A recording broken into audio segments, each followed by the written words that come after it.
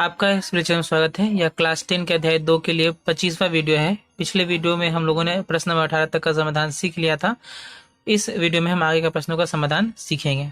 तो चलिए शुरू करते हैं। हमारा पहला प्रश्न है प्रश्न नंबर 19। प्रश्न 19 कह रहा है, रहमत चाचा एक मकान बनाने हेतु 12% वार्षिक सरल ब्याज दर से 2,40,000 रुपए बैंक से उधार लिए। 12% की दर है और कुल रुपए उधार लिए हैं 2,40,000 रुपए। उधार लेने के 1 वर्ष बाद वे उस मकान को 5200 रुपया 5,200 रुपए प्रति माह की दर से भाड़ा पर दे दिए। तो मकान भाड़ा से होने वाली आय के द्वारा वे कितने वर्षों में बैंक का ऋण चुका सकेंगे। प्रश्न जो है इम्पोर्टेंट है, कई बार परीक्षा में आ चुका है। ये प्रश्न कह रहा है कि जो है रहमत चाचा है, उन्होंने 2,40,000 रुपए जो है बैंक से लिया। उसमें जो ब्याज दर है वो 12% है। लोन लेने के बाद जो है उन्होंने घर बनाया। घर बनाने में मान लीजिए एक साल लगा, कहा गया 1 साल है। तो 1 साल बाद उन्होंने जो है उस मकान को 5200 रुपये 5,200 रुपये प्रति माह की दर से भाड़े पे लगा दिया। अब भाड़े से जो रुपया आ रहा है वो और उन्हें जो ब्याज देना पड़ रहा है और जो अंत में उन्हें कुल रुपया चुकाना पड़ेगा, कितने वर्ष में दोनों जो है बराबर हो जाएंगे, यानी ऋण जो है चुक जाएगा, उन्हें अपना घर से पैसा नहीं देना पड़ेगा। तो कितने वर्षों में, तो हम मान लेंगे कि जो है n वर्षों में या x वर्षों में, साधारणतः हम लोग n मानते हैं, n वर्षों में वो ऋण चुक जाएगा। तो इसमें एक चीज हमेशा जो है याद रखना है परीक्षा के दौरान, वो कि जो भाड़ा है मकान का वो जो है 1 साल बाद शुरुआत हो रहा है और ये प्रति माह भाड़ा है। तो हुआ क्या कि जो भाड़ा होगा, जो कलेक्शन होगा भाड़ा का, वो टोटल रुपया जो है कितने वर्षों में, जो रहमत चाचा ने पैसा लिया है 2,40,000 रुपए 2,40,000 रुपए और उस पे जो ब्याज होगा दोनों जोड़ के यानी कुल मिश्र धन के बराबर होगा। ये पूरा सवाल है, इसको देखते हैं कैसे समाधान कर सकते हैं। हम लिखेंगे पहले, माना कि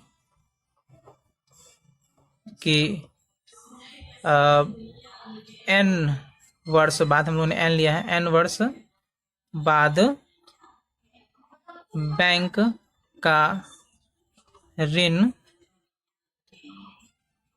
चुक सकेगा।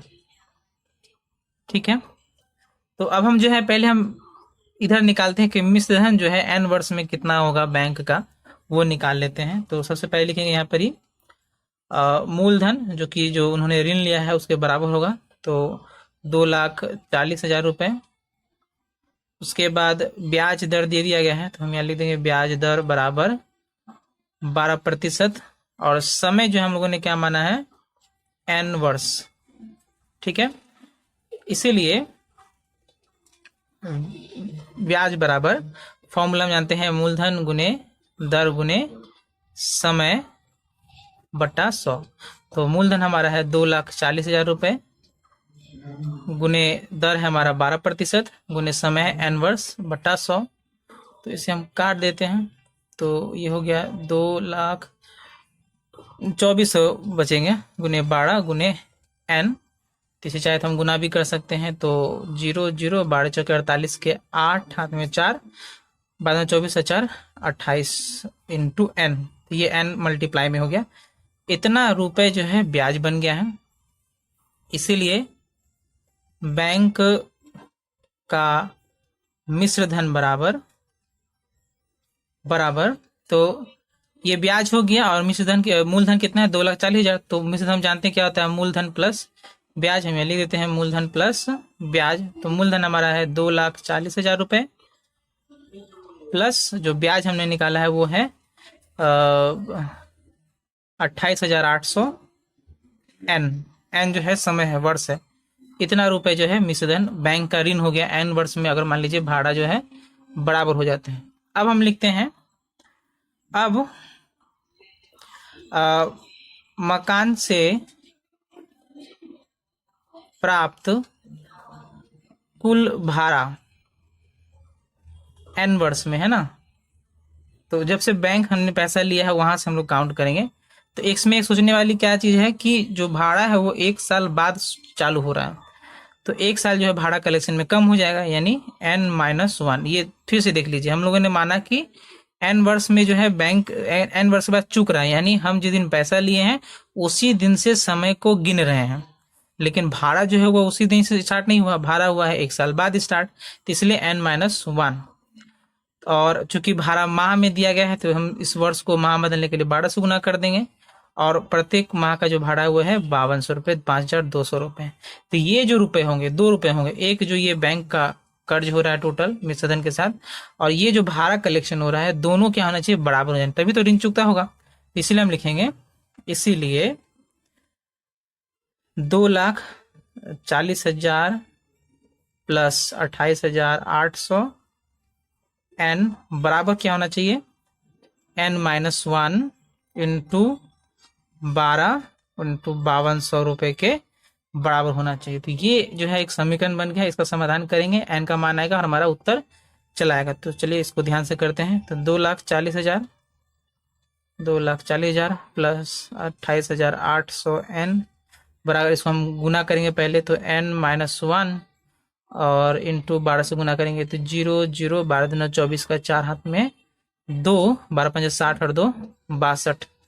इसके बाद 2,40,000 इसको ऐसे लिख देते हैं फिलहाल, प्लस 28,800 ऐसे लिख देते हैं, बराबर इसको गुना करेंगे तो 62,400 गुने है तो 62,400 n माइनस 62,400। n को इधर ले आएंगे, संख्या उधर ले जाएंगे, तो ये हो जाएगा 28,800 पहले से है, 28,800 n माइनस ये 62,400 n बराबर, और ये इधर माइनस 62,400 पहले से है, माइनस 2,40,000 और इधर से आ गया। अब यहाँ ध्यान देंगे तो ये प्लस में है, ये माइनस में है, तो हम लोग घटाव करेंगे, तो हम लोग रफ में कर लेते हैं, इधर रफ में हम लोग इधर कर लेते हैं। 62,400 से 28,800 घटा दे रहे हैं, 0 0, एक लिए 14 में से 8 गया 6, 11 में से 8 गया 3, और 5 में से 2 गया 3, 36,600, 36,600 n। अब साइन क्या होगा, प्लस या माइनस, तो कैसे डिसाइड करेंगे, ये प्लस 28,000 के करीब है और ये माइनस 62, तो माइनस ज़्यादा हो गया तो माइनस साइन ले लेंगे। तो 36,600 n बराबर, ये दोनों साइन सेम है तो हमें जोड़ना पड़ेगा, जब भी साइन सेम रहे, प्लस रहे या माइनस, उसे हम जोड़ देते हैं।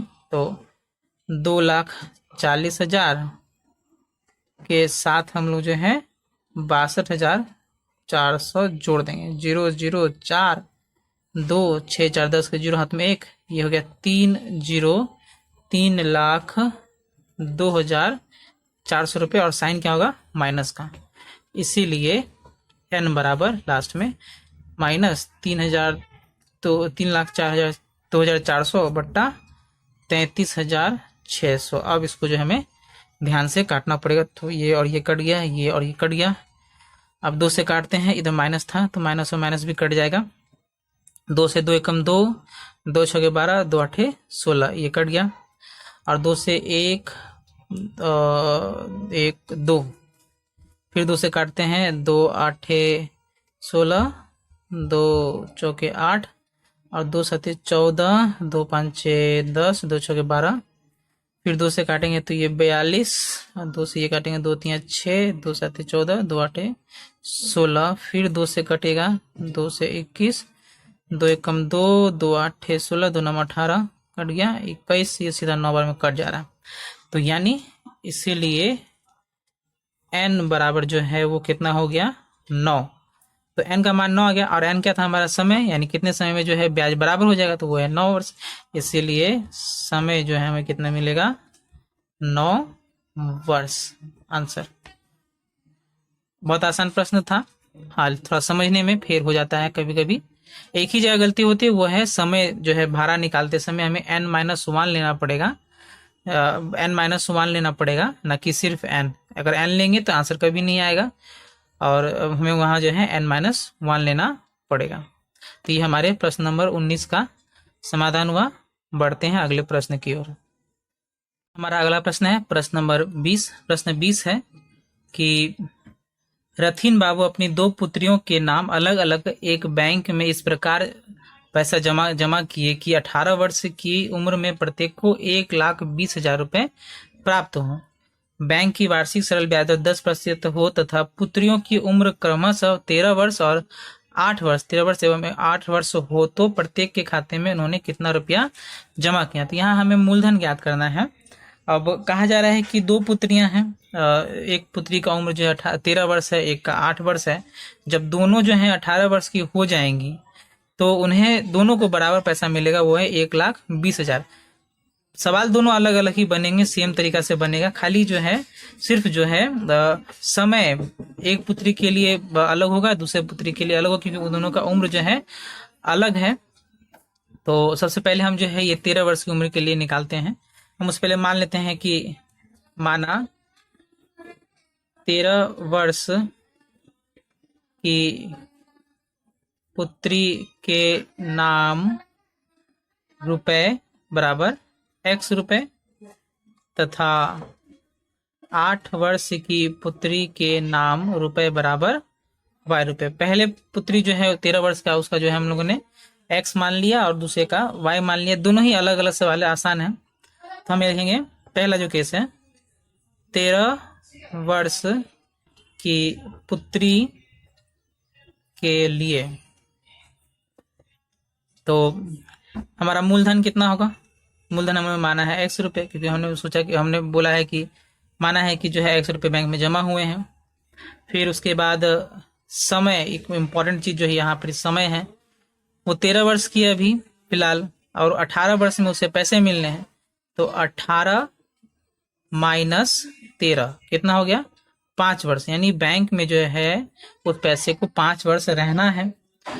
और उसके साथ में दर कितना है? हमारा दर है 10%। तो इसलिए पहले हम ब्याज निकाल लेते हैं। इसलिए ब्याज जो इस 5 वर्ष में उस x रुपए में मिलेगा बराबर, हम फॉर्मूला जानते हैं, मूलधन गुने दर गुने समय बटा 100। यानी मूलधन हमारा x, दर है 10, गुने समय कितना हमारा 5 वर्ष। तो हम इसे काट देते हैं, ये और ये कट गया, 5 से ये 2, यानी हमारा जो बचेगा वो कितना होगा? x बटा 2 रुपए।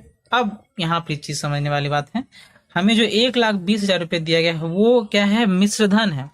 अंत में उन्हें इतना रुपए मिलना चाहिए। तो इसीलिए ये क्या होगा, हम कैसे निकालेंगे? ये हमारा मूलधन है x और ये हमारा ब्याज हमने निकाला x बटा 2, दोनों को जोड़ के कितना आना चाहिए? 1,20,000। तो इसीलिए हम लिखेंगे, इसीलिए x प्लस x बटा 2 बराबर 1,20,000 रुपए। ये एक समीकरण बन गया, बहुत आसान समीकरण है। तो हम यहाँ लिखेंगे, अब इसको समाधान कर देते हैं। तो 1 और 2 का लॉस है 2, 2 को 1 से भाग करेंगे तो 2, 2 गुने x 2x, प्लस 2 को 2 से भाग करेंगे 1, 1 गुने x, x बराबर 1,20,000 रुपए। 2x प्लस x कितना हो जाएगा? 3x बटा 2 बराबर 1,20,000।